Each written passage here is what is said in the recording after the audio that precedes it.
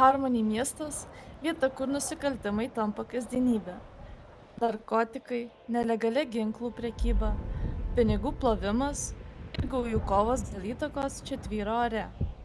Pareigūnai atskleidžia svarbią informaciją apie vieną didžiausių miesto gaujų, kurios veikla apima ne tik narkotikų platinimą, bet ir sudėtingus nusikaltimų tinklus.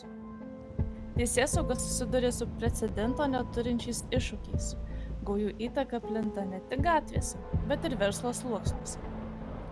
Vizel News stebi kiekvieną žingsnį. Kaip toli pasirengė eiti įstatymo tarnai, kad atkurtų tvarką Harmony mieste ir kiek aukų tai pareikalaus. Tai nėra tik kriminaliniai pranešimai. Tai žvilgsnis į Harmony miestą, kuris skęsta šešėliuose. Vizel News toliau stebės ir praneš viską, ką kiti bijo parodyti.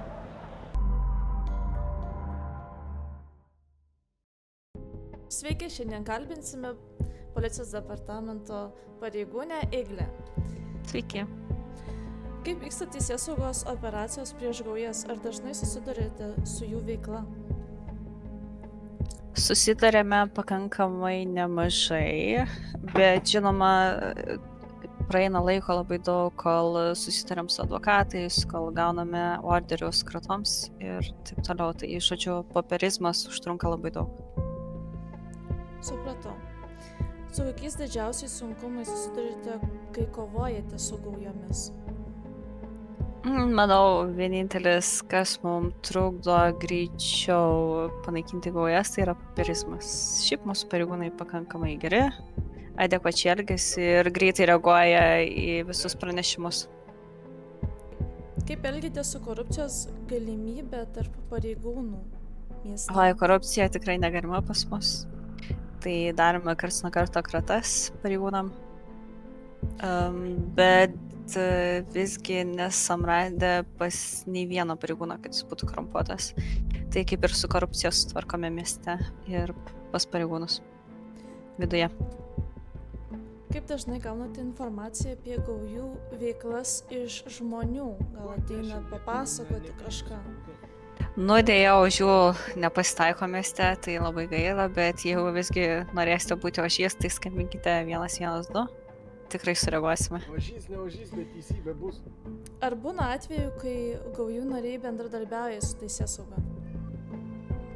Taip, tai nesenai iš tikrųjų didžiausia miesto gauja mums pranešė, pridavė kitą gaują. Tai bosas būtent tos didžiausios gaujos, tai, kaip čia pasakius, tai ožių yra ir gaujose. Tai būkite atsargus. Mes iš žmonių labai daug girdime apie visokias zonas, karuose tenais. Gal galite kažką papasakoti, kas tai yra, kodėl žmonėms jų reikia? Zonos yra tokie objektai, gan svarbus šitam miestui. Tokie kaip elektrinės, hidroelektrinės. Svarbus objektai, jas užėmus nuo, kaip suprantate, ir kainos kyla, ir ne mums priklauso tada. Bet dabar turime gan stiprų policijos, kaip sakant, policiją, visą stiprią.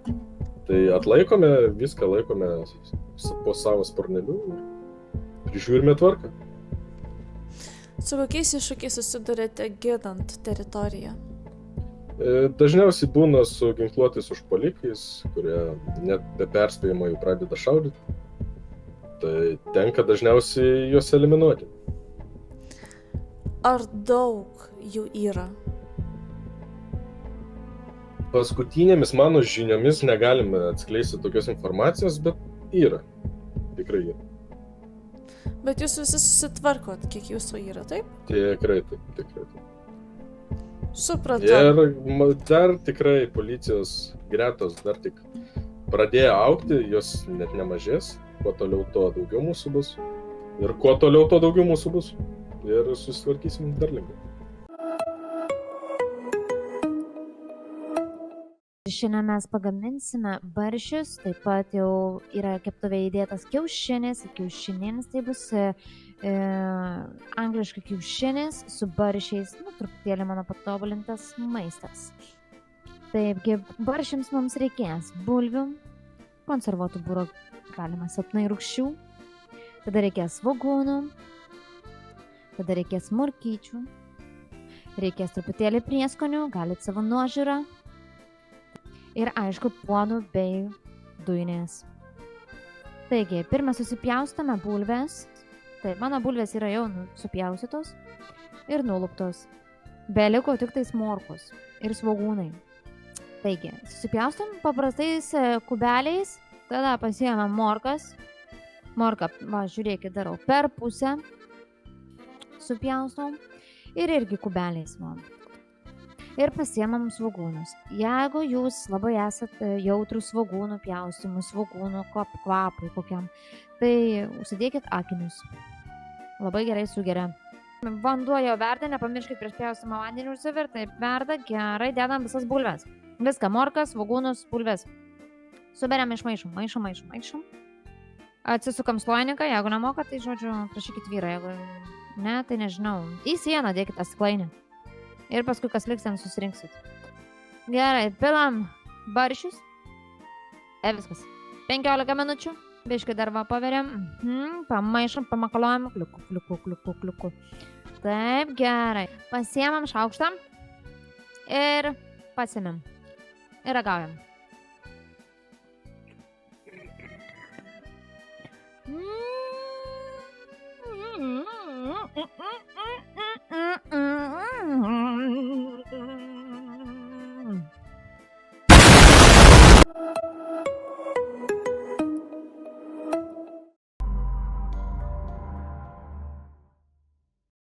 Sveiki, mes imame interviu iš Harmony miesto gaujos nario. Kaip pirmą kartą susidūrėte su gaujomis šiame mieste?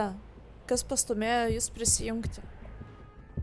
Labai senai pažįstamas žmogus paprašė pagalbos. Aš, kaip draugiškas žmogus, nuoširdus, nusprendžiau jam padėti. Tai ir buvo, tapau gaujinė. Kokią įtaką tavo gauja daro miesto ekonomikai ir kitų gyventojų gyvenimui? Tiesą pasakant, iš tikrųjų žmonės tikrai nesiskundžia. Kalbant apie civilius, tai papildomas pinigas visiems padeda šitam mieste. Tai, suprantat, ten civilių nenukelinėjam, nereikia mums jau. Ką paprastai veiki, būdamas gaujos nariu? Iš tikrųjų tai visko po truputį, bet šiaip tai dažniausiai akutės ant žemės būnu. Ką reiškia visko po truputį ir jūs kokią veiklą užsiimat? Kaip ir kiekvienas gaujinis užsiima šį nelegalią veiklą, tokia kaip narkotikai, žmonių grobimai, šaudimai ir panašiai banko plėšimai. Kaip vyksta konfliktų sprendimas su kitomis gaujomis? Visų pirma, tai su kitom gaujom tikrai neskubam šaudytis. Visų pirma, tai mes pasiskambinam, susižinom kokius numerius, susitinkam, pasišnekam. Jeigu nesueinam sutarimą, tada jau būna konfliktai. Ar tinka bendrauti su teisėsauga mieste? Žinoma, kiekvieną dieną sutinki kokį nors pareigūną, kuriam kažkas nepatinka, reikia bendrauti. Žinoma, ten nesišeriam keiksmažodžiais, pravardžiavimais. Jeigu mandagiai bendrausi, tai ir pareigūn su tavim bendraus mandagiai. Kaip stengiatės išvengti teisėsaugos? Stengiame šiaip po miestą nevažinėti su savo uniformom. Stengiamės tikrai nelysti į akį, važinėti aplinkeliais, skraidyti ore dažniausiai, kad tiesiog nesimaišyti jų akyse. Ar gaujoje egzistuoja išdavystės ar nepasitikėjimo baimė? Ne, kol kas dar tokių dalykų nebuvo ir tikiuosi nebus. Pas mumis visi patikimi. Taip yra ir naujų žmonių atsiradusių, bet kaip sakant, jeigu mano draugas pasitikė žmogumi, tai aš pasitikiu draugu, tai žinot. Ar kada nors buvai arti to, kad būtum sugautas ar išduotas? Išduotas? Ne. Nebuvau išduotas tikrai dar, nei kartą. O sugautas policijos, taip teko būti tikrai ne vieną kartą sugautam policijos. Ar išsisukai? Yra buvę porą kartų, tikrai nemeluosiu, buvau porą kartų pabėgęs, bet esu ir sėdėjęs tikrai 2-3 kartus kalėjime.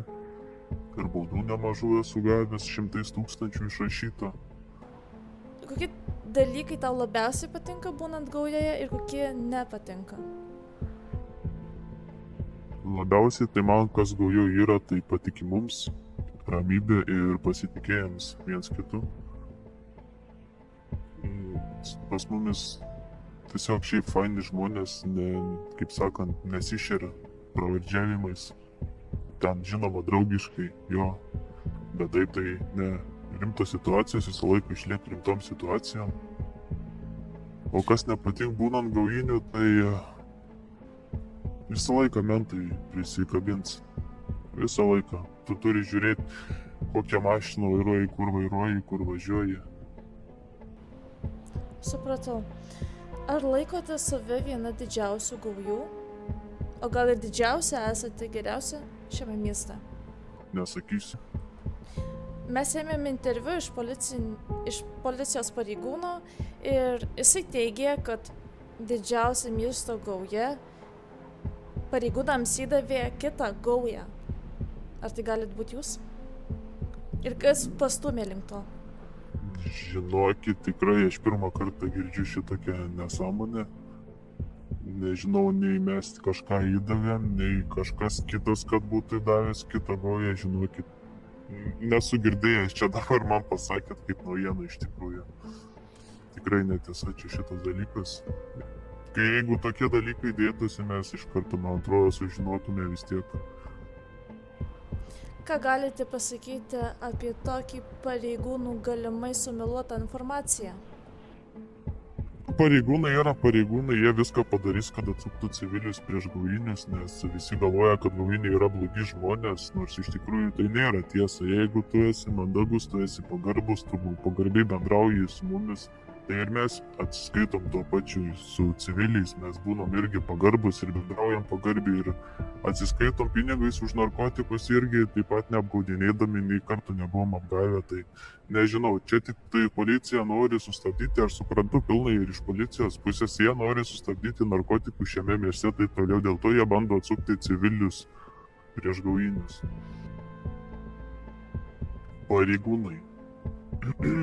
Žiūrėkit savo nosies, okei? Nešmeiškit nei gaujinių, nei miesto. Aš pilnai jūsų pusę suprantu, bet meluot nereikia. Yla vis tiek išlys iš maišo.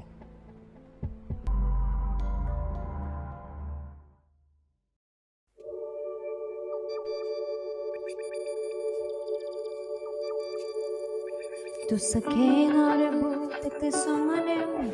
Tu sakei, kad mylėsi visą širdim. Aš tikėjau tavim, bet man regis, tu esi gaujinis.